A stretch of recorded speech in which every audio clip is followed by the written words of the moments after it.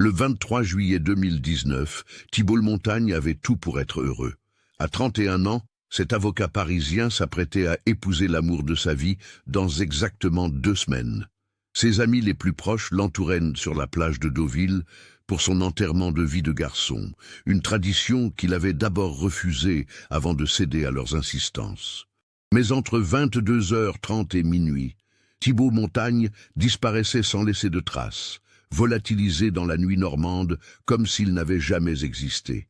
1 an plus tard, alors que sa fiancée tentait encore de comprendre ce qui s'était passé cette nuit-là, un ami découvrait par hasard des photos troublantes sur son appareil. Des images qui révélaient que les dernières heures de Thibault n'avaient rien eu d'une fête joyeuse. Sur ces clichés, on pouvait voir le futur marié en conversation secrète avec des hommes que personne ne connaissait, son visage trahissant une peur palpable. Ces photos allaient changer à jamais la compréhension de cette disparition et révéler une vérité que personne n'aurait pu imaginer. Qu'est-ce qui avait bien pu transformer une soirée de célébration en cauchemar? Et surtout, comment ses propres amis avaient-ils pu être témoins d'un crime sans même s'en rendre compte? Avant de continuer avec cette histoire perturbante, si vous appréciez les cas mystérieux réels comme celui-ci, abonnez-vous à la chaîne et activez les notifications pour ne manquer aucun nouveau cas. Maintenant, découvrons comment tout a commencé. Pour comprendre ce qui s'est passé cette nuit de juillet à Deauville, il faut d'abord connaître qui était vraiment Thibault Montagne. Né le 15 mars 1988 dans le 16e arrondissement de Paris, Thibault avait grandi dans une famille de la bourgeoisie parisienne. Son père, médecin cardiologue réputé, et sa mère, ancienne avocate reconvertie dans le conseil juridique, l'avaient poussé vers l'excellence dès son plus jeune âge. Brillant étudiant, Thibault avait intégré Sciences Po Paris avant de poursuivre un master en droit des affaires à la Sorbonne. À 26 ans, il rejoignait le prestigieux cabinet Delacroix & Associés, spécialisé dans le droit des sociétés et les transactions internationales. Installé dans leur bureau du 8e arrondissement, rue de la Boétie, le jeune avocat gravissait rapidement les échelons grâce à son sérieux et sa capacité à gérer des dossiers complexes. Physiquement, Thibault incarnait le parfait avocat parisien. 1,80 m, cheveux châtains toujours impeccablement coiffés, costume sur mesure et regard intelligent derrière des lunettes discrètes. Ses collègues le décrivaient comme méticuleux, parfois obsessionnel dans son travail, mais d'une loyauté absolue envers ses clients et ses proches. C'est en février 2018 qu'il rencontrait Céleste Lavigne lors d'une exposition au musée d'Orsay. Cette professeure de littérature française de 29 ans, aux longs cheveux bruns et au sourire lumineux, enseignait dans un lycée du 15e arrondissement. Leur relation, née d'une passion commune pour l'art et la culture, évoluait rapidement vers quelque chose de profond et sincère. Céleste apportait à la vie de Thibault une dimension qu'il n'avait jamais connue. Là où il était rigide et organisé, elle était spontanée et créative. Leurs soirées alternaient entre les restaurants étoilés que Thibault affectionnait et les petits bistrots de quartier que Céleste préférait. Elle l'initiait à la poésie contemporaine. Il lui faisait découvrir l'opéra. Ensemble, ils formaient ce couple parisien idéal que leurs amis enviaient secrètement. La demande en mariage avait eu lieu le 15 février 2019, exactement 1 an après leur rencontre, dans le même musée d'Orsay. Thibault, fidèle à son caractère méticuleux, avait organisé chaque détail. Réservation privée devant la nuit étoilée de Van Gogh, photographe discret, champagne millésimé. Céleste avait dit oui sans hésitation, émue aux larmes par tant d'attention. Le mariage était prévu pour le 6 août 2019 au château de Malmaison, un lieu chargé d'histoire que Céleste avait choisi pour son romantisme. Les préparatifs s'étaient enchaînés pendant des mois. Choix du traiteur, des fleurs, de l'orchestre, essayage de la robe.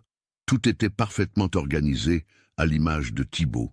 Les amis de Thibault formaient un groupe soudé depuis leurs années d'études. Antoine Mercier, son meilleur ami depuis Sciences Po, travaillait comme consultant en stratégie dans une grande firme internationale. Maxime Girard, photographe amateur passionné, gérait une galerie d'art dans le Marais.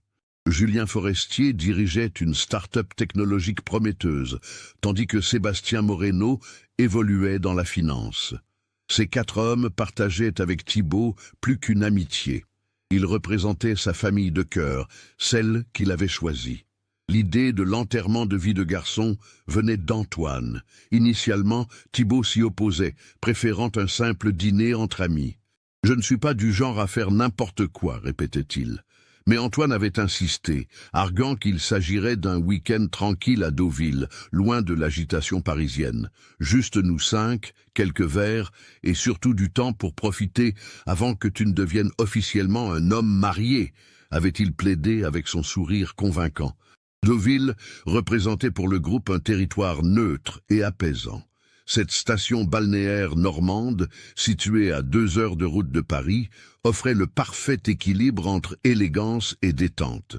Ses plages de sable fin, ses villas belle époque et son casino historique créaient une atmosphère à la fois sophistiquée et décontractée. Le groupe avait déjà passé plusieurs week-ends dans cette ville, notamment pour célébrer les 30 ans d'Antoine l'année précédente. Pour cette occasion spéciale, Antoine avait réservé une suite au Royal Barrière, l'hôtel emblématique de Deauville. Le programme était simple. Arriver le vendredi après-midi, déjeuner en terrasse face à la mer, après-midi détente, dîner dans un restaurant réputé de la ville, puis soirée au casino. Le samedi, golf matinal, déjeuner à Trouville et retour sur Paris en fin d'après-midi. Rien d'extravagant, exactement ce que Thibault appréciait. La semaine précédant le départ, Thibault semblait particulièrement préoccupé par son travail. Céleste remarquait qu'il restait plus tard au bureau, qu'il répondait à des appels professionnels, même le week-end. Comportement inhabituel pour quelqu'un d'habituellement très organisé dans la séparation entre vie privée et professionnelle. Quand elle l'interrogeait, il évoquait vaguement un dossier complexe qui nécessitait une attention particulière avant les vacances. « Tu es sûr que tout va bien ?» lui demandait-elle le mercredi précédant son départ. Ils dînaient dans leur appartement du 7e arrondissement, un 3 pièces, avec vue sur les toits parisiens, que Thibault avait acheté 2 ans plus tôt. « Oui, ma chérie, c'est juste du stress pré-mariage combiné à ce dossier important. Après Deauville, tout ira mieux, avait-il répondu en la prenant dans ses bras. Le jeudi soir, Thibault avait travaillé jusqu'à minuit passé. Céleste s'était endormie en l'attendant et il l'avait rejointe au lit sans la réveiller. Au petit matin, elle l'avait trouvé déjà habillée, sa valise bouclée posée près de la porte d'entrée. « Je dois passer au bureau avant de rejoindre les autres, » avait-il expliqué en l'embrassant. « Je t'appelle ce soir depuis l'hôtel. » Ce baiser du matin du 22 juillet 2019 serait le dernier qu'ils échangeraient jamais. Le vendredi 22 juillet 2019, à 14 heures précises, Thibault Montagne quittait les bureaux de Delacroix, un associé, rue de la Boétie. Sa secrétaire, Madame Dubois, l'avait vu partir avec sa valise de week-end, remarquant qu'il semblait plus tendu que d'habitude. Il avait mentionné qu'il ne serait pas joignable avant lundi matin, une consigne inhabituelle pour quelqu'un qui consultait généralement ses emails, même pendant ses congés. Le trajet jusqu'à Deauville s'effectuait dans la BMW série 3 Noir de Thibault. Ses amis l'attendaient à l'hôtel Royal Barrière depuis 15 heures, leur propre véhicule déjà garé dans le parking souterrain de l'établissement. Antoine Mercier avait choisi cet hôtel pour son prestige et sa situation idéale face aux planches. La célèbre promenade en bois qui longe la plage. À 16h15, Thibault arrivait enfin à l'hôtel. Maxime Girard, qui l'attendait dans le hall d'accueil avec son appareil photo, une habitude qu'il avait développée pour immortaliser leur sortie, remarquait immédiatement que quelque chose clochait. Thibault avait l'air préoccupé, pas du tout dans l'esprit d'une fête, témoignerait-il plus tard. Il regardait souvent par-dessus son épaule, comme s'il cherchait quelqu'un ou craignait d'être suivi. La suite réservée par Antoine occupait tout le 5e étage, offrant une vue panoramique sur la Manche. Composée de 3 chambres et d'un salon spacieux, elle permettait au groupe de se retrouver dans l'intimité tout en préservant l'espace personnel de chacun. Thibault choisissait la chambre, donnant sur la cour intérieure, prétextant vouloir éviter le bruit de la mer pour mieux dormir. Le programme de l'après-midi se déroulait comme prévu. Vers 17 heures, le groupe descendait prendre l'apéritif au bar de l'hôtel. Un espace feutré, aux boiseries sombres, fréquenté par une clientèle internationale, fortunée. Thibault commandait un whisky écossais, son alcool habituel, mais Julien Forestier observait qu'il le sirotait sans vraiment y toucher. Il répondait à nos plaisanteries, mais on sentait qu'il n'était pas vraiment avec nous, se souviendrait Julien. Vers 18h30, il quittait l'hôtel pour une promenade sur les planches.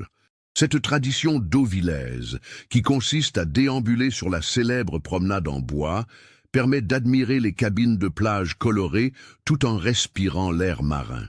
Maxime, fidèle à ses habitudes, multipliait les clichés du groupe, capturant leurs sourires et leurs éclats de rire dans la lumière dorée de fin d'après-midi.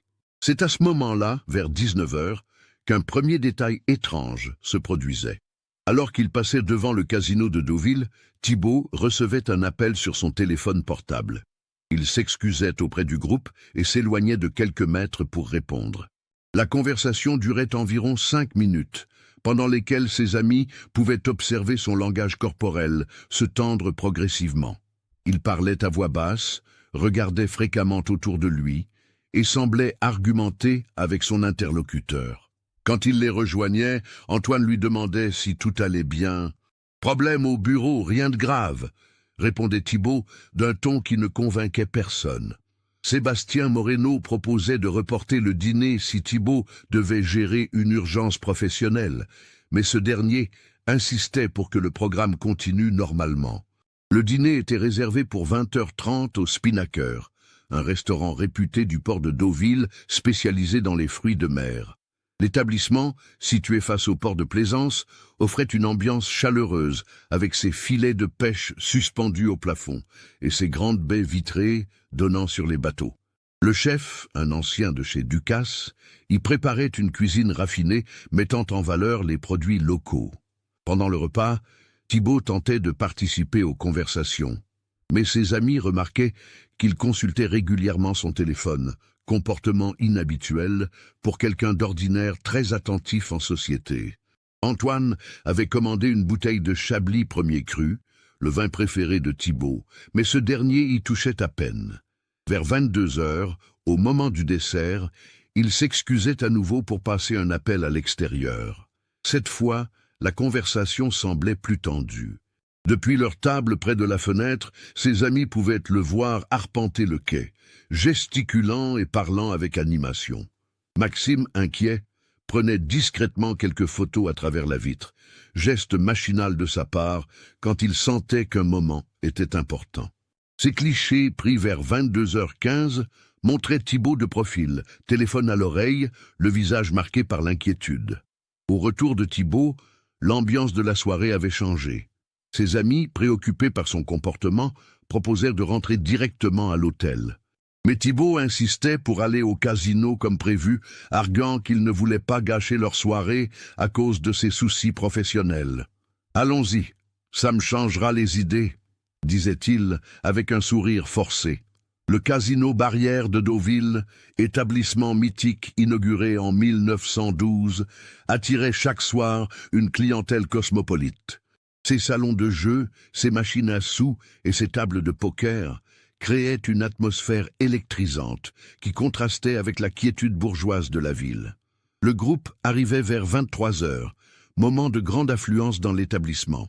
Thibault se dirigeait directement vers les tables de blackjack, jeu qu'il pratiquait occasionnellement avec succès. Ses amis l'entouraient, commandant des cocktails au bar attenant aux tables de jeu.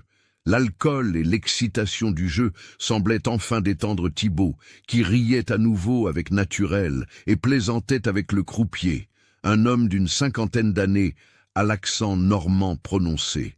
Vers 23h45, Thibault gagnait une main importante au blackjack, empochant environ 800 €. Ses amis l'applaudissaient, l'ambiance redevenait festive. C'est à ce moment-là que Maxime prenait ses dernières photos de la soirée.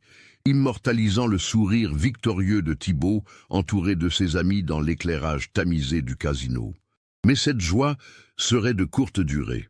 Vers minuit moins le quart, un homme d'une quarantaine d'années, élégamment vêtu d'un costume sombre, s'approchait de leur table.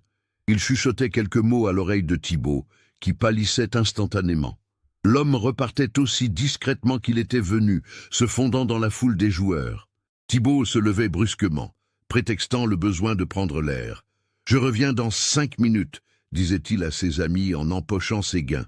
Il sortait du casino par l'entrée principale, donnant sur la rue Eugène Cornuchet, laissant ses amis perplexes, mais pas particulièrement inquiets.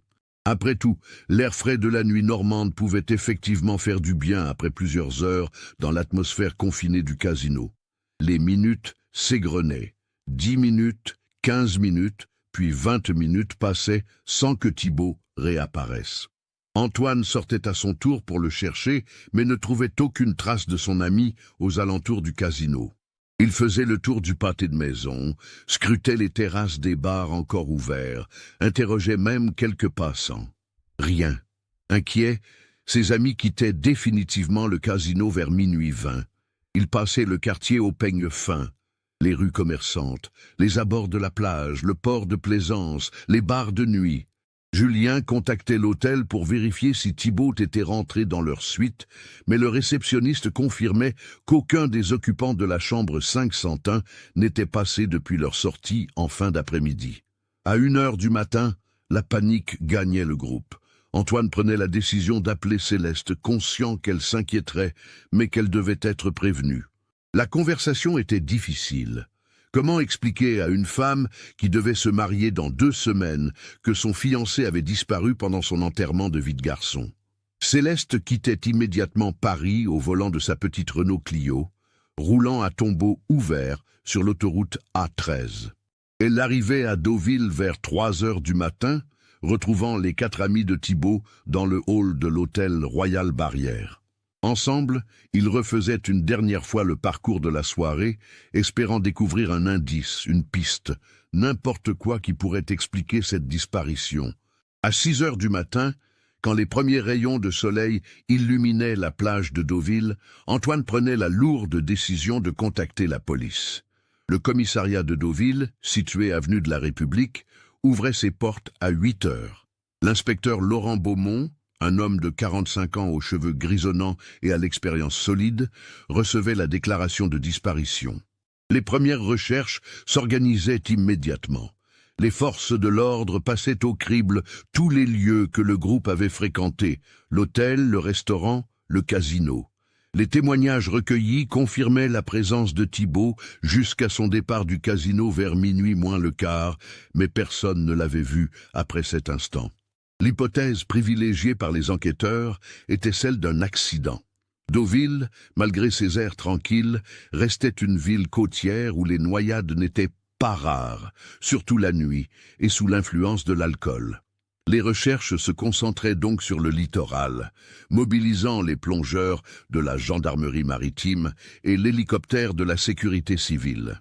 Mais après 72 heures de recherches intensives, aucun corps n'était retrouvé. L'enquête s'étendait alors au-delà de Deauville, touchant Trouville, Cabourg et même Le Havre.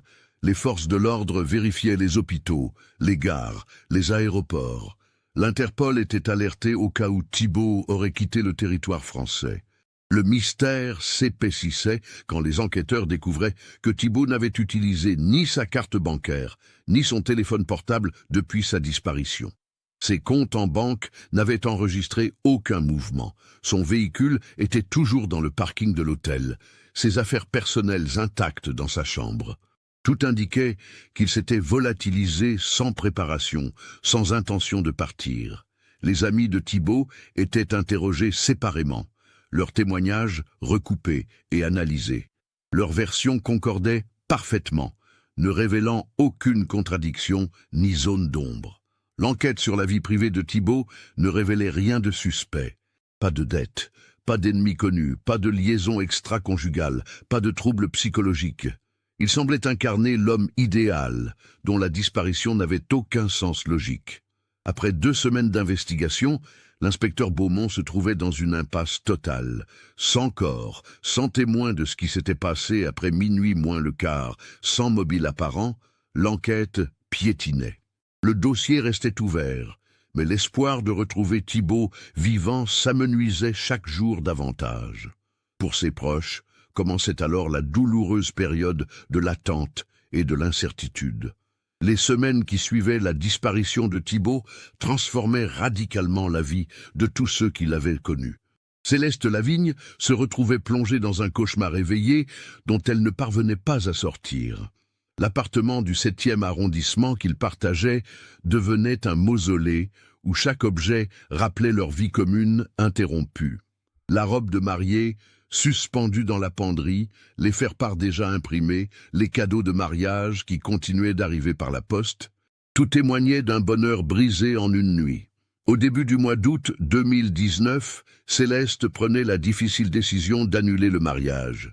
Les invitations de décommande, rédigées avec l'aide de la sœur de Thibault, Marie-Claire, étaient envoyées à 150 invités. Le château de Malmaison libérait gracieusement la date, le traiteur remboursait les arts, l'orchestre proposait un report à l'année suivante. Mais comment reporter un mariage quand on ignore si le marié est encore vivant? L'entourage de Céleste se mobilisait avec une générosité touchante. Ses collègues du lycée assuraient ses cours quand elle n'arrivait pas à affronter ses élèves. Ses parents, divorcés depuis 10 ans mais unis dans l'épreuve, alternaient leur présence à Paris pour ne jamais la laisser seule. Sa meilleure amie, Sophie, prenait un congé sans solde pour l'accompagner dans toutes les démarches administratives que génère une disparition. Car disparaître légalement est un processus complexe en France. Sans corps, impossible de déclarer un décès. Sans décès officiel, impossible de toucher les assurances-vie ou de gérer les biens du disparu. Céleste se trouvait dans un vide juridique kafkaïen, où elle n'était ni veuve ni célibataire, où Thibault n'était ni mort ni vivant. Maître Durand, l'avocat que sa famille lui avait recommandé, l'informait qu'il faudrait attendre 10 ans avant qu'une déclaration de décès puisse être envisagée. Les finances devenaient rapidement problématiques. Le salaire de professeur de Céleste suffisait difficilement à couvrir le crédit immobilier de l'appartement que Thibault avait contracté. Ses économies, initialement prévues pour le voyage de noces aux Seychelles, fondaient dans les frais d'avocat et les déplacements constants à Deauville pour suivre l'enquête. Elle envisageait de vendre l'appartement, mais comment vendre un bien dont elle n'était pas propriétaire légal? L'impact psychologique était dévastateur. Céleste alternait entre colère et désespoir, espoir irrationnel et résignation. Certains jours, elle était persuadée que Thibault avait voulu fuir leur mariage et qu'il refaisait sa vie ailleurs sous une nouvelle identité. D'autres jours, elle l'imaginait victime d'un accident, gisant au fond de la Manche dans l'attente qu'on le retrouve. La nuit, elle sursautait au moindre bruit, espérant entendre sa clé dans la serrure. Du côté des amis de Thibault, la culpabilité rongeait chacun différemment. Antoine Mercier, organisateur de cette fatale soirée, sombrait dans une dépression profonde. Lui qui se montrait habituellement expansif et sociable, devenait taciturne, s'isolant de sa famille et de ses collègues.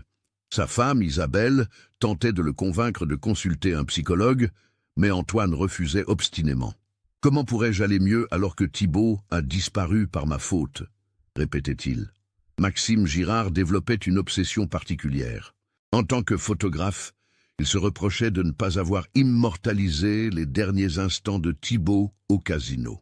Si j'avais pris des photos de cet homme qui lui a parlé, on aurait peut-être un début de piste, se lamentait-il. Il retournait régulièrement à Deauville, arpentant les rues avec son appareil, interrogeant les commerçants, affichant des photos de Thibault, dans l'espoir qu'un témoin se manifeste. Julien Forestier canalisait son chagrin dans le travail, développant sa start-up avec un acharnement maladif qui inquiétait ses associés. Quant à Sébastien Moreno, il quittait la France 3 mois après la disparition pour un poste à Londres, incapable de supporter les regards et les questions de l'entourage parisien. Le cabinet Delacroix, un associé, traversait également une période difficile. Maître Philippe Delacroix, associé fondateur de 62 ans, perdait en Thibault l'un de ses collaborateurs les plus prometteurs. Mais au-delà de l'aspect professionnel, c'était un jeune homme qu'il considérait presque comme un fils qui se volatilisait. Les dossiers de Thibault étaient redistribués entre les autres avocats. Sa secrétaire mutait dans un autre service. Son bureau restait inoccupé, comme si l'admettre définitivement vide revenait à accepter sa mort. L'enquête officielle piétinait, mais l'inspecteur Beaumont n'abandonnait pas complètement. Chaque semaine, il appelait Céleste pour lui donner des nouvelles, même quand il n'y en avait aucune. Ensemble, ils reprenaient les éléments du dossier, cherchant un détail qui aurait pu échapper aux premières investigations. Les appels téléphoniques de Thibault, le soir de sa disparition, intriguaient particulièrement l'inspecteur, mais les relevés téléphoniques ne révélaient rien d'anormal. Appels vers le bureau, vers Céleste, vers sa sœur. Rien qui puisse expliquer son trouble visible. Les médias s'emparaient brièvement de l'affaire. Un avocat parisien disparaît mystérieusement à Deauville, titrait Le Parisien en septembre 2019. L'émission Appel à témoins sur France 2 consacrait un reportage au cas de Thibault en octobre, diffusant sa photo et reconstituant ses dernières heures connues. Quelques témoignages arrivaient, mais aucun n'apportait d'éléments nouveaux. Des touristes pensaient l'avoir aperçu sur la plage, d'autres dans le train pour Paris, certains même à l'étranger. Toutes ces pistes s'avéraient sans fondement. L'hiver 2019-2020 s'installait avec sa grisaille et son froid, accentuant la mélancolie générale. Céleste refusait les invitations de ses amis, incapable de supporter les réjouissances de fin d'année. Elle passait Noël chez ses parents en Bretagne, dans la maison familiale de Vannes où elle avait grandi. Mais même là, entourée de sa famille, le fantôme de Thibault la poursuivait. Au cabinet, l'ambiance restait pesante. Les associés évitaient soigneusement de mentionner Thibault, mais sa présence invisible planait dans chaque réunion, chaque dossier complexe où son expertise aurait été précieuse. Maître Delacroix observait ses collaborateurs avec inquiétude, notant que plusieurs d'entre eux semblaient tendus, distants, comme s'ils cachaient quelque chose. Mais il attribuait ce comportement au choc de la disparition et à la pression professionnelle accrue depuis la redistribution des dossiers. C'est pendant cette période que Céleste commençait à développer ses propres théories. Elle épluchait les relevés bancaires de Thibault, analysait ses emails professionnels auxquels elle avait maintenant accès, interrogeait ses collègues. Une certitude grandissait en elle. La disparition de Thibault était liée à son travail. Ses derniers appels téléphoniques, son comportement étrange dans les jours précédant Deauville, sa réticence inhabituelle à parler de ses dossiers en cours, tout convergeait vers le cabinet d'avocats. Mais ses tentatives d'investigation se heurtaient au secret professionnel. Maître Delacroix, malgré sa sympathie pour Céleste, ne pouvait lui révéler le contenu des dossiers traités par Thibault. « Je comprends votre besoin de comprendre, mademoiselle Lavigne, mais je dois respecter la confidentialité de nos clients », lui expliquait-il avec regret lors d'un rendez-vous en janvier 2020. Les amis de Thibault, eux, commençaient lentement à reprendre une vie normale. Antoine suivait finalement une thérapie, Maxime retournait progressivement à sa galerie d'art, Julien se concentrait sur sa start-up. Mais leur amitié avait changé. Ils se voyaient moins souvent. Et quand ils se retrouvaient, la conversation tournait invariablement autour de cette nuit de juillet. Chacun ressassait les mêmes questions. Aurait-il pu empêcher la disparition? Avait-il raté des signes avant-coureurs? Comment avait-il pu perdre leur ami si facilement? Au printemps 2020, quand la pandémie de Covid-19 paralysait la France, Céleste se retrouvait confinée dans l'appartement qu'elle avait partagé avec Thibault. Cette période d'isolement forcé ravivait sa douleur et sa solitude. Les cours en ligne qu'elle donnait à ses élèves lui offraient une distraction bienvenue, mais les soirées semblaient interminables dans cet espace chargé de souvenirs. C'est pendant ce confinement qu'elle prenait une décision capitale. Elle ne pouvait plus attendre passivement que la vérité émerge. Il fallait qu'elle mène sa propre enquête, même si cela signifiait remuer des secrets que certains préféraient voir enfouis. Le 15 mai 2020, alors que la France commençait à sortir du premier confinement, Maxime Girard entreprenait le grand ménage de son appartement du Marais. Cette période d'isolement l'avait amené à réfléchir sur sa vie, ses priorités, et notamment sur l'obsession qui le rongeait depuis la disparition de Thibault. Sa compagne, Lucie, lui reprochait de plus en plus souvent de rester bloqué sur cette tragédie, incapable d'avancer. « Tu dois tourner la page, Maxime », lui disait-elle ce matin-là en préparant le petit déjeuner. « Cela fait presque 1 an. Tu ne peux pas continuer à te torturer ainsi. » Elle avait raison, et Maxime le savait. Son comportement obsessionnel nuisait à leur relation, à son travail, à sa santé mentale. Il était temps de ranger symboliquement cette période de sa vie.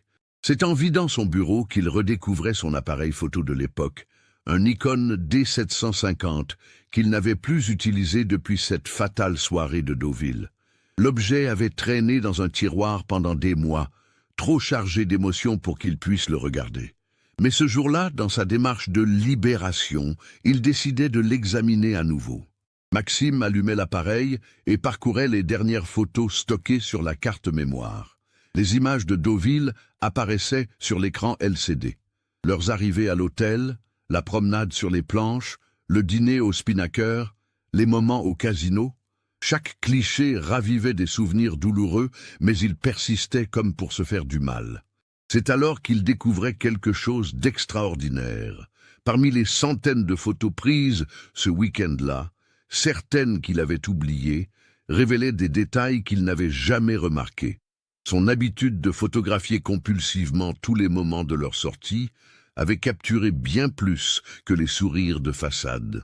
Sur une série de clichés pris au restaurant vers 22 heures, on pouvait voir Thibault en conversation téléphonique à l'extérieur du Spinnaker. Mais en agrandissant l'image sur son ordinateur, Maxime distinguait dans l'arrière-plan 2 hommes qui semblaient observer Thibault depuis une voiture garée sur le quai.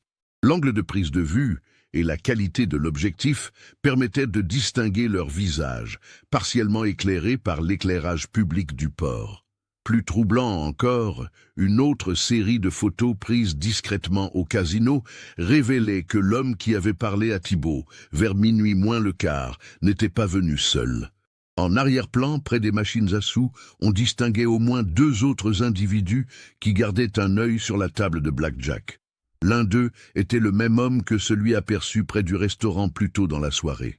Maxime sentait son cœur s'accélérer. Ces détails, invisibles à l'œil nu dans l'agitation du moment, prenaient une dimension sinistre sur les photographies. Thibault n'était pas seulement parti prendre l'air cette nuit-là.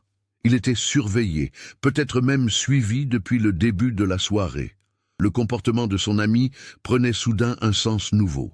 Son stress visible, ses appels téléphoniques mystérieux, ses regards par-dessus l'épaule. Thibault savait qu'il était en danger. Il avait peut-être même essayé de les semer en quittant le casino, mais ses poursuivants l'attendaient dehors. Tremblant d'excitation et d'appréhension, Maxime passait les heures suivantes à analyser minutieusement chaque cliché.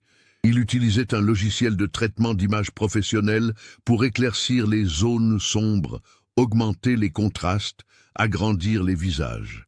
Progressivement, le puzzle se reconstituait.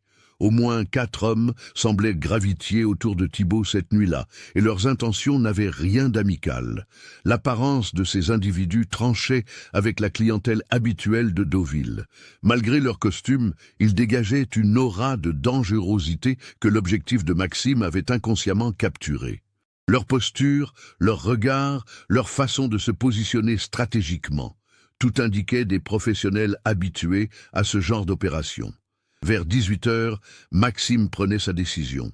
Il appelait immédiatement l'inspecteur Beaumont, dont il avait conservé le numéro depuis l'enquête initiale. « Inspecteur, j'ai trouvé quelque chose d'important sur les photos de Deauville.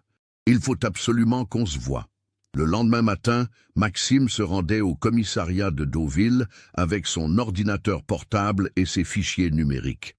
L'inspecteur Beaumont, qui avait rouvert le dossier la veille après son appel, examinait les images avec l'attention d'un expert.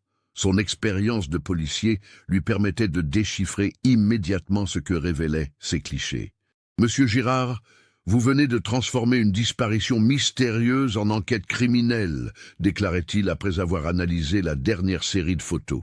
Ces hommes opèrent comme une équipe organisée. Votre ami n'est pas parti de son plein gré cette nuit-là. L'identification de ces individus devenait la priorité absolue. Les fichiers de la police française étaient consultés, les bases de données d'Interpol interrogées. Mais ces visages, malgré leur netteté relative sur les photos, ne correspondaient à aucun fichier connu. Soit ces hommes n'avaient jamais été arrêtés, soit ils opéraient sous de fausses identités. L'enquête reprenait avec une énergie nouvelle. Les témoins de cette nuit-là étaient à nouveau interrogés, cette fois avec des questions précises sur ces 4 individus. Le personnel du casino se souvenait vaguement d'avoir vu ces hommes, mais aucun n'avait trouvé leur présence suspecte sur le moment. Dans l'ambiance feutrée et cosmopolite de l'établissement, ils se fondaient parfaitement dans la masse. L'inspecteur Beaumont élargissait ses investigations aux semaines précédant la disparition. Si ces hommes avaient ciblé Thibault spécifiquement, ils avaient nécessairement effectué une surveillance préalable. Les caméras de sécurité de Paris étaient épluchées, les habitudes de Thibault analysées, ses déplacements reconstitués. Mais 1 an après les faits, la plupart des enregistrements avaient été effacés selon les procédures légales de conservation. C'est en reprenant l'enquête sur l'entourage professionnel de Thibault que l'inspecteur Beaumont faisait une découverte troublante. En croisant les témoignages des collègues du cabinet avec la chronologie établie, il apparaissait que Thibault avait modifié son comportement environ 3 semaines avant sa disparition. Plusieurs personnes mentionnaient qu'il semblait préoccupé. Il travaillait plus tard que d'habitude, qu'il avait même demandé à consulter des dossiers qui ne relevaient pas directement de ses compétences. Maître Delacroix, interrogé à nouveau, admettait avec réticence que Thibault avait effectivement posé des questions sur certains clients du cabinet. Il s'intéressait particulièrement aux sociétés offshore que nous aidons à constituer, confessait l'avocat senior. Je pensais qu'il cherchait simplement à élargir ses compétences. Mais avec le recul, cette révélation ouvrait une piste que l'enquête initiale n'avait pas explorée. Et si la disparition de Thibault était liée aux activités du cabinet? Et si ce jeune avocat méticuleux avait découvert quelque chose qu'il n'aurait pas dû voir? L'identification du mobile potentiel transformait radicalement l'orientation de l'enquête. L'inspecteur Beaumont constituait une équipe spécialisée dans les affaires financières, conscient qu'il s'engageait sur un terrain complexe où le droit des affaires et le crime organisé s'entremêlaient souvent de façon subtile. La première étape consistait à analyser en détail les dossiers sur lesquels Thibault avait travaillé dans les mois précédant sa disparition. Malgré les réticences de Maître Delacroix, qui invoquait le secret professionnel, un juge d'instruction était saisi et ordonnait la communication de tous les documents pertinents. Cette procédure judiciaire prenait plusieurs semaines, mais en juillet 2020, l'équipe d'enquête obtenait enfin accès aux archives du cabinet. L'analyse révélait un pattern troublant. Thibault avait effectivement travaillé sur plusieurs dossiers de création de sociétés offshore, dans des paradis fiscaux, îles Caïmans, Jersey, Delaware. Ces structures juridiques, légales en elles-mêmes, servaient souvent à dissimuler l'origine de capitaux, ou à optimiser fiscalement des revenus. Mais certaines des sociétés constituées par le cabinet présentaient des caractéristiques suspectes. 3 sociétés en particulier attiraient l'attention des enquêteurs. Atlantic Consulting Ltd, Mediterranean Holdings et Nordic Investments avaient été créées en l'espace de 6 mois, entre janvier et juin 2019. Leurs capitaux de départ, plusieurs millions d'euros chacune, provenaient de virements bancaires effectués depuis des banques suisses et luxembourgeoises. Les bénéficiaires effectifs restaient dissimulés derrière des prête-noms et des structures pyramidales complexes. Plus intriguant encore, ces 3 sociétés n'avaient aucune activité économique réelle. Elles se contentaient de recevoir des fonds, de les faire transiter par différents comptes, puis de les redistribuer vers d'autres entités offshore. Ce schéma typique du blanchiment d'argent n'avait apparemment pas échappé à l'œil exercé de Thibault. En recoupant les dates, l'inspecteur Beaumont s'apercevait que Thibault avait commencé à poser des questions sur ses dossiers exactement 3 semaines avant sa disparition. Il avait notamment demandé à consulter les justificatifs de l'origine des fonds, documents que Maître Delacroix gardait dans son coffre personnel. Cette curiosité inhabituelle avait-elle signé son arrêt de mort? L'enquête sur ces sociétés menait les policiers vers des territoires dangereux. Atlantic Consulting Ltd. Était lié à des importateurs de textiles, basés à Anvers, port réputé pour être une porte d'entrée de la cocaïne en Europe. Mediterranean Holdings entretenait des relations avec des sociétés immobilières de la Costa del Sol espagnole, région où s'étaient installés de nombreux narcotrafiquants fuyant les Pays-Bas. Quant à Nordic Investments, elle finançait des projets de développement en Europe de l'Est, zone grise où se mélangent capitaux légaux et argent sale. Ces découvertes placèrent le cabinet Delacroix & Associés dans une position extrêmement délicate. Soit Maître Delacroix était complice de ces opérations de blanchiment, soit il en était la victime inconsciente, manipulée par des clients qui lui présentaient des dossiers d'apparence légale.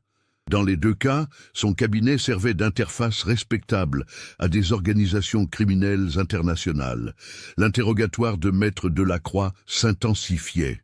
L'avocat de 62 ans, habitué aux costumes sur mesure et aux négociations feutrées, se retrouvait dans le bureau spartiate d'un commissariat face à des policiers qui ne mâchaient pas leurs mots. « Maître, vos 3 clients offshore brassent des sommes considérables sans aucune justification économique. Comment expliquez-vous cela ?» Delacroix maintenait sa version. Il s'était contenté d'appliquer les instructions de clients recommandées par d'autres cabinets européens. « Nous ne sommes pas enquêteurs financiers », se défendait-il. « Notre rôle se limite à la constitution légale des structures demandées. Si nos clients nous mentent sur leurs activités, comment pourrions-nous le deviner ?» Mais cette défense s'effritait quand les enquêteurs lui présentaient des éléments plus précis. Les recommandations dont il parlait provenaient de cabinets fictifs. Les contacts fournis par ses clients menaient vers des numéros de téléphone non attribués ou des adresses inexistantes. Tout indiquait une mise en scène soigneusement orchestrée pour donner une façade légale à des activités criminelles. Le point de rupture arrivait quand l'inspecteur Beaumont confrontait Delacroix aux dernières actions de Thibault. Des témoins confirmaient que le jeune avocat avait exprimé des doutes sur ses dossiers. Il avait même évoqué la possibilité de signaler ses soupçons à Tracfin, l'organisme français de lutte contre le blanchiment. Cette information, si elle était remontée aux vrais propriétaires des sociétés offshore, signait effectivement la condamnation à mort de Thibault. Delacroix s'effondrait psychologiquement. Cet homme qui avait bâti sa réputation sur l'intégrité et la discrétion réalisait qu'il avait été manipulé par des criminels et que cette manipulation avait coûté la vie à son jeune collaborateur. « Je ne savais pas », répétait-il en sanglotant. « Si j'avais su que Thibault courait un danger. » L'avocat acceptait finalement de coopérer pleinement avec l'enquête. Il révélait tous les détails de ses interactions avec les clients suspects, fournissait les enregistrements de leurs conversations téléphoniques, ouvrait ses coffres aux enquêteurs. Cette collaboration permettait de reconstituer le mécanisme par lequel Thibault avait été ciblé. Le système était d'une simplicité redoutable. Les organisations criminelles infiltraient des cabinets d'avocats respectables en se présentant comme des clients légitimes recommandés par des confrères européens. Une fois la confiance établie, elles utilisaient ces cabinets pour blanchir des sommes considérables. Quand un avocat devenait trop curieux ou menaçait de révéler le système, il était éliminé de façon à faire croire à un accident ou une disparition volontaire. Thibault était tombé dans ce piège par excès de conscience professionnelle. Sa formation juridique lui avait permis de détecter les anomalies des dossiers offshore, mais sa naïveté l'avait empêché d'anticiper les conséquences de ses découvertes. En posant trop de questions, en consultant des documents sensibles, il avait déclenché le mécanisme de surveillance puis d'élimination. L'enquête révélait que les organisations impliquées dans ce blanchiment étaient probablement liées au trafic international de drogue. Les montants en jeu, plusieurs dizaines de millions d'euros, correspondait aux bénéfices générés par l'importation de cocaïne sud-américaine vers l'Europe. Les ports d'Anvers et de Rotterdam, mentionnés dans plusieurs dossiers, constituaient effectivement les principales portes d'entrée de cette drogue sur le continent. Cette découverte donnait une dimension internationale à l'affaire.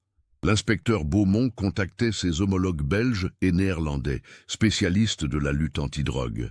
Les échanges d'informations confirmaient que les noms découverts dans les dossiers du cabinet correspondaient à des individus surveillés par les polices européennes.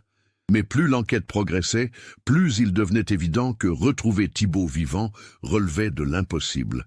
Les organisations impliquées dans ce type d'activité ne laissaient jamais de témoins gênants. Si Thibault avait effectivement été enlevé cette nuit-là à Deauville, son sort était probablement scellé depuis longtemps. Cette réalité brutale devait être communiquée à Céleste et aux proches de Thibault. L'inspecteur Beaumont organisait une réunion dans ses bureaux pour leur expliquer les développements de l'enquête. Antoine, Maxime, Julien et Sébastien, spécialement revenus de Londres pour l'occasion, écoutaient en silence les révélations policières. « Vos doutes étaient fondés », concluait l'inspecteur en s'adressant à Céleste. « Thibault n'est pas parti de son plein gré. Il a été victime de son intégrité professionnelle. Nous savons maintenant pourquoi et comment. Il nous reste à découvrir où et par qui exactement. » Cette réalité brutale devait être communiquée à Céleste et aux proches de Thibault. L'inspecteur Beaumont organisait une réunion dans ses bureaux pour leur expliquer les développements de l'enquête. Antoine, Maxime, Julien et Sébastien, spécialement revenus de Londres pour l'occasion, écoutaient en silence les révélations policières. « Vos doutes étaient fondés », concluait l'inspecteur en s'adressant à Céleste. « Thibault n'est pas parti de son plein gré. Il a été victime de son intégrité professionnelle. Nous savons maintenant pourquoi et comment. Il nous reste à découvrir où et par qui exactement. » La vérité libérait paradoxalement les proches de Thibault d'une culpabilité qui les rongeait depuis 1 an. Ils n'auraient rien pu faire pour empêcher ce drame, car ils ignoraient tout des découvertes de leur ami. Mais cette révélation ouvrait aussi une perspective terrifiante. Si Thibault avait été assassiné pour protéger un secret, qu'adviendrait-il de ceux qui connaissaient maintenant ce secret ? L'enquête entrait dans sa phase la plus délicate en septembre 2020. L'inspecteur Beaumont savait qu'il s'attaquait à des organisations disposant de moyens considérables et d'une expérience certaine pour faire disparaître les preuves et les témoins gênants. La protection des proches de Thibault devenait une priorité absolue, particulièrement celle de Céleste, qui multipliait les initiatives personnelles pour faire avancer l'enquête. C'est grâce à la coopération internationale que l'affaire connaissait son tournant décisif. Les polices belges et néerlandaises, alertées par leurs collègues français, intensifiaient leur surveillance sur les réseaux de blanchiment liés au trafic de drogue.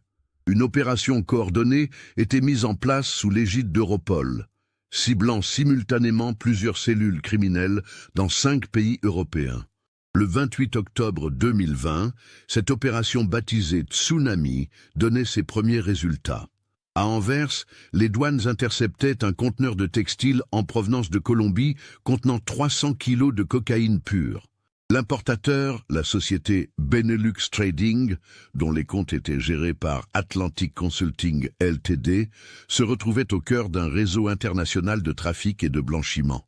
L'arrestation du directeur de Benelux Trading, un certain Marcus van der Berg, ouvrait une brèche dans le système. Cet homme de 52 ans, père de famille, sans casier judiciaire apparent, dirigeait depuis 15 ans une société d'importation de textiles parfaitement légale. Mais les enquêteurs découvraient rapidement qu'il servait de façade à une organisation criminelle bien plus vaste. Confronté aux preuves et à la perspective de 20 ans de prison, Van der Berg acceptait de collaborer avec la justice. Ces révélations dépassaient les espérances des enquêteurs.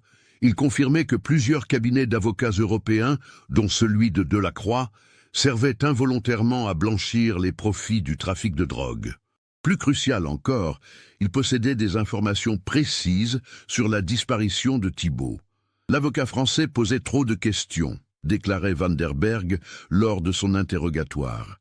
Il avait compris le système et menaçait de tout révéler.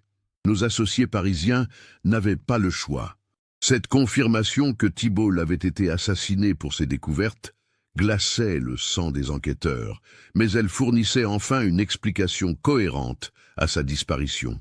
Van der Berg révélait également l'identité des associés parisiens. Une cellule franco-italienne dirigée par Roberto Santini, un ancien membre de la 'Ndrangheta calabraise, reconverti dans le blanchiment d'argent international.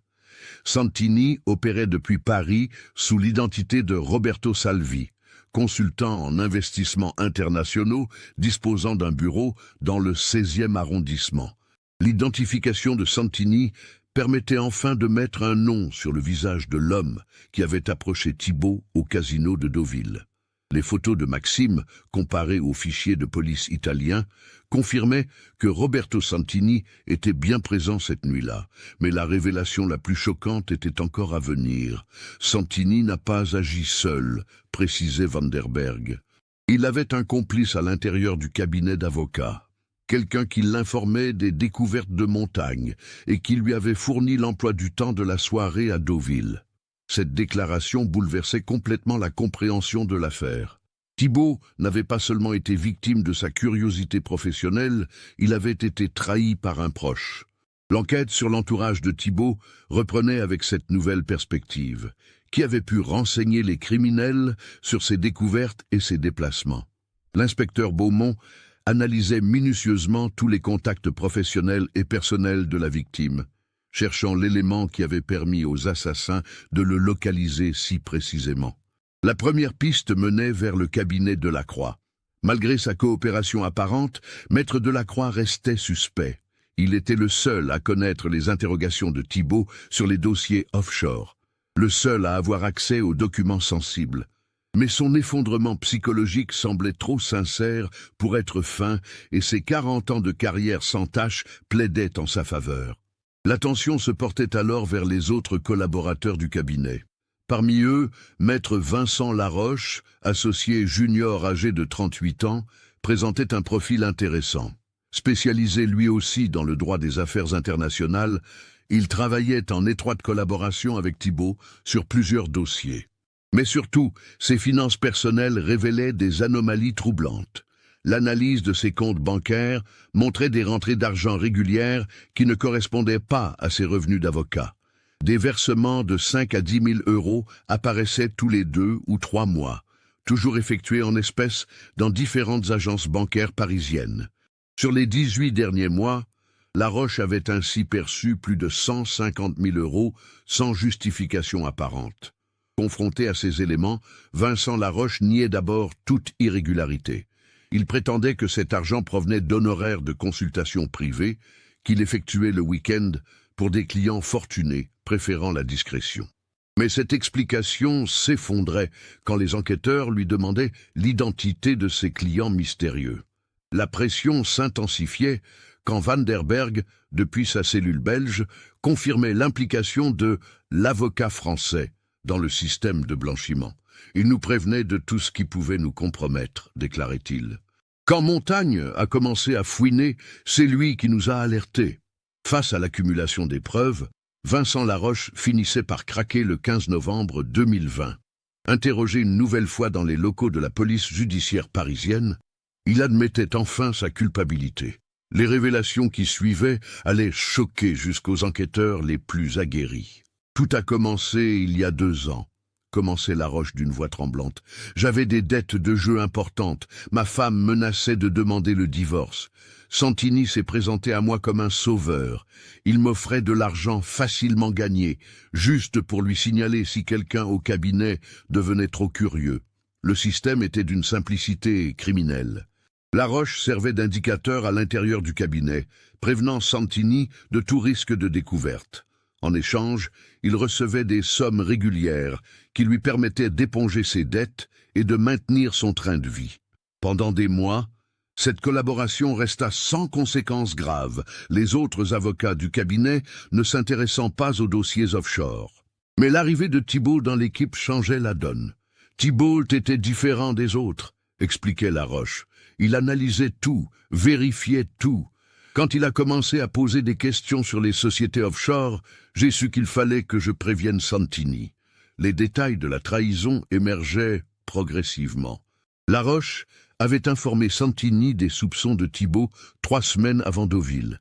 Il avait également transmis l'emploi du temps de l'enterrement de vie de garçon, permettant aux criminels d'organiser leur opération. Je pensais qu'ils allaient juste lui faire peur, le menacer pour qu'il se taise, se défendait-il pathétiquement. Mais Santini et ses associés n'étaient pas du genre à prendre des risques. Pour eux, Thibault représentait une menace existentielle qu'il fallait éliminer définitivement. Le plan était d'une efficacité redoutable, profiter de l'enterrement de vie de garçon pour faire disparaître l'avocat dans des circonstances qui orienteraient l'enquête vers un accident ou une fugue volontaire. « Comment ont-ils procédé exactement ?» demandait l'inspecteur Beaumont, conscient de toucher enfin au cœur du mystère. Laroche hésitait, réalisant que ces révélations le condamnaient définitivement. Mais l'étau judiciaire s'était refermé sur lui, et il n'avait plus d'autre choix que la vérité. Santini et ses hommes surveillaient Thibault depuis le début de la soirée, révélait-il. Quand ils l'ont approché au casino, c'était pour lui proposer un marché, se taire contre une somme d'argent importante. Mais Thibault a refusé. Il a même menacé de tout révéler à la police le lundi suivant.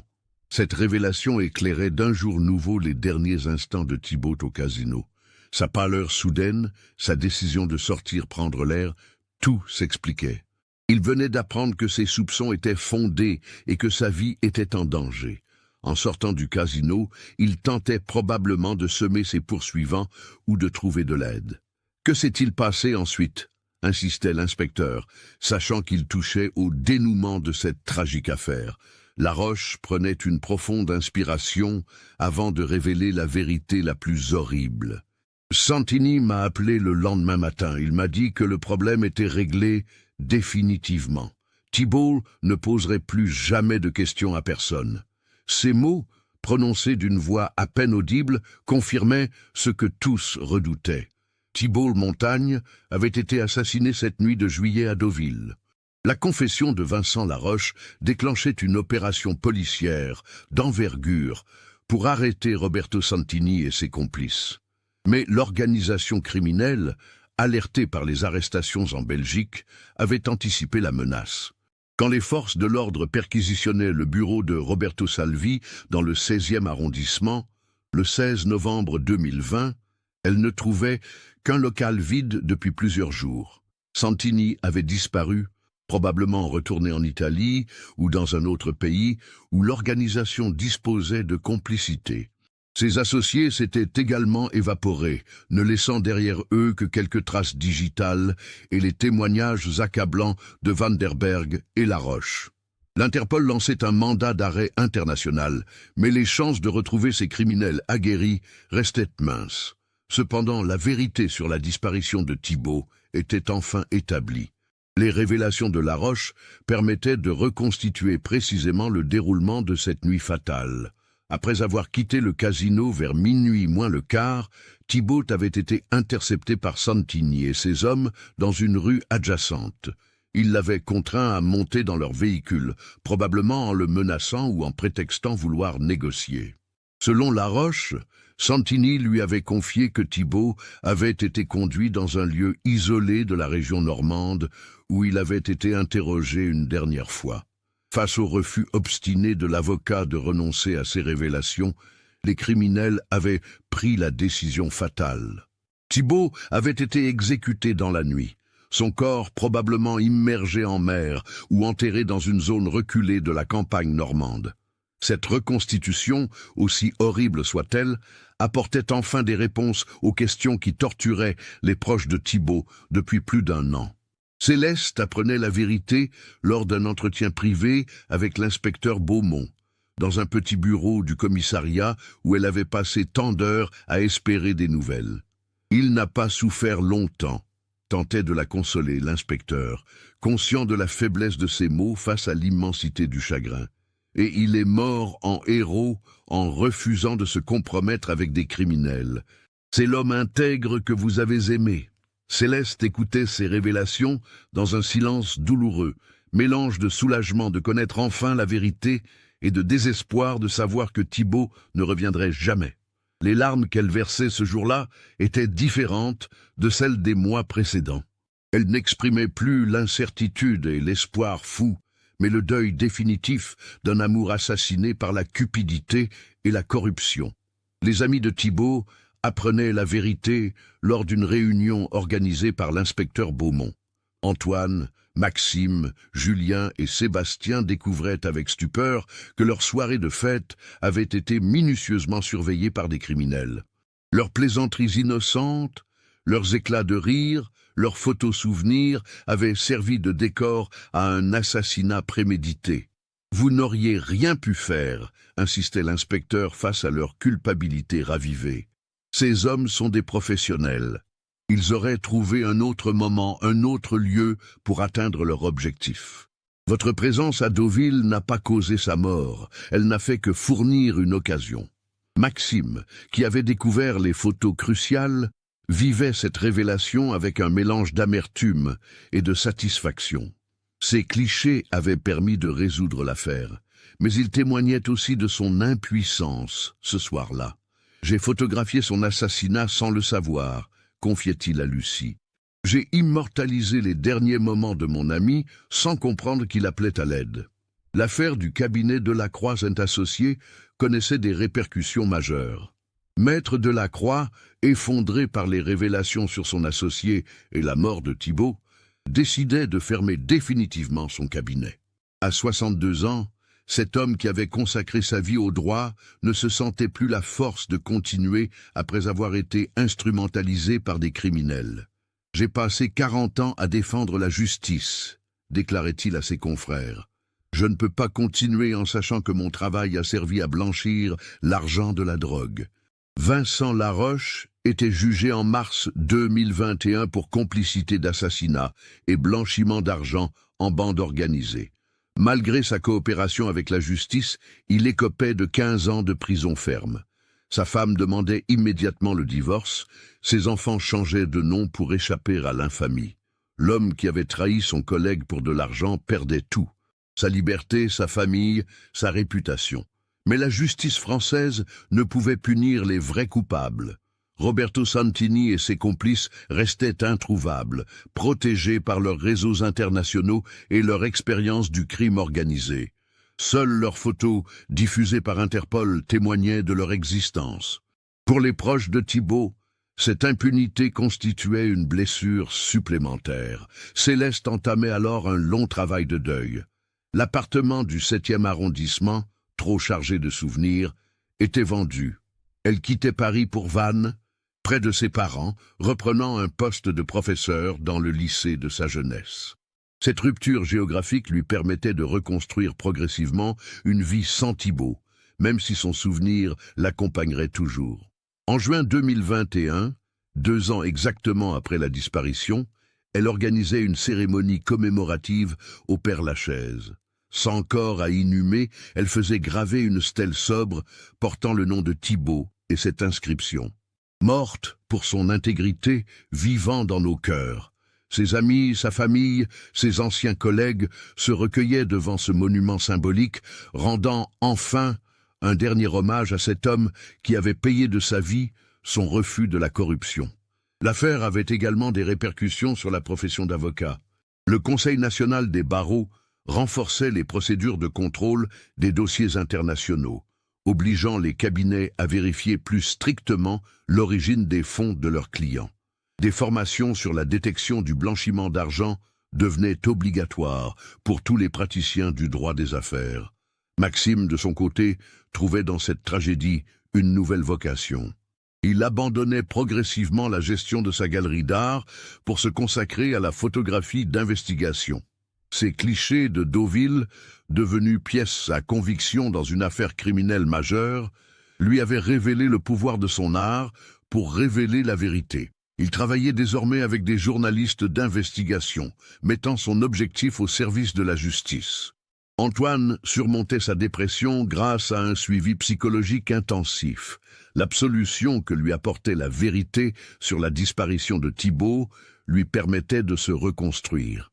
Il changeait d'orientation professionnelle, quittant le conseil en stratégie pour rejoindre une ONG de lutte contre la corruption internationale. Son expérience personnelle donnait une dimension particulière à son engagement. Julien développait sa start-up avec un succès grandissant, mais il consacrait une partie de ses bénéfices à une fondation qu'il créait en mémoire de Thibault. Cette organisation finançait des bourses d'études pour de jeunes juristes s'engageant dans la lutte contre le crime économique. Thibault voulait que le droit serve à protéger les plus faibles, expliquait-il. Sa mort ne doit pas être vaine. Sébastien, depuis Londres, suivait de loin l'évolution de l'affaire. Son éloignement géographique l'avait protégé du traumatisme le plus intense, mais il gardait une culpabilité sourde de ne pas avoir été présent quand ses amis découvraient la vérité.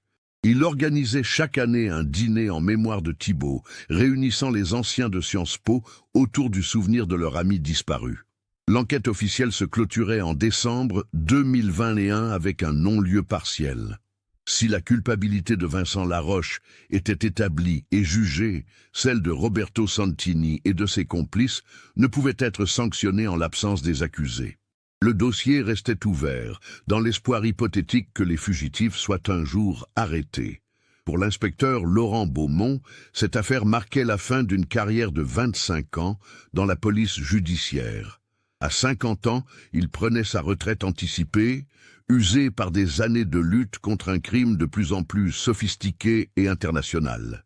L'affaire Montagne résume tous les défis de la police moderne, confiait-il à ses collègues. Des criminels sans frontières face à des policiers limités par les souverainetés nationales.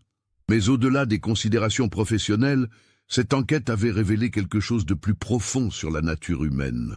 Thibault Montagne incarnait ces individus ordinaires qui, placés face à un choix moral crucial, choisissent l'intégrité plutôt que la facilité. Sa mort témoignait du prix parfois payé par ceux qui refusent de fermer les yeux sur la corruption. L'histoire de Thibault devenait progressivement un symbole dans les facultés de droit françaises.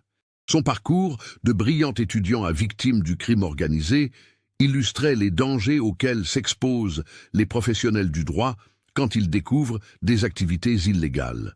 Des conférences étaient organisées sur l'affaire Montagne, sensibilisant les futurs avocats aux risques de leur profession. En 2022, un journaliste d'investigation publiant un livre sur l'affaire révélait que Roberto Santini avait probablement été lui-même éliminé par ses commanditaires, soucieux de supprimer tous les témoins de leurs activités. Cette nouvelle, si elle était confirmée, signifiait que la mort de Thibault avait finalement coûté la vie à son assassin, donnant une dimension tragiquement ironique à cette histoire. 3 ans après la disparition, Céleste rencontrait un autre professeur dans son nouveau lycée de Vannes. Leur relation naissante, construite sur la franchise et la confiance, lui redonnait goût à la vie, sans pour autant effacer le souvenir de Thibault. « On ne remplace pas un grand amour », confiait-elle à sa sœur, mais on peut en vivre un nouveau, différent, mais sincère. L'affaire Thibault Montagne s'inscrivait définitivement dans les annales criminelles françaises comme l'illustration parfaite de l'infiltration du crime organisé dans les institutions respectables. Elle démontrait comment des organisations internationales utilisent la sophistication du système juridique et financier européen pour blanchir leurs profits illicites, n'hésitant pas à éliminer ceux qui menacent leurs opérations. Ce cas nous montre comment l'intégrité professionnelle peut devenir un danger mortel dans un monde où le crime organisé infiltre les institutions les plus respectables. Thibault Montagne a payé de sa vie son refus de fermer les yeux sur des activités criminelles, mais son sacrifice n'a pas été vain. Il a permis de démanteler un réseau international de blanchiment et de sensibiliser toute une profession aux dangers de la corruption.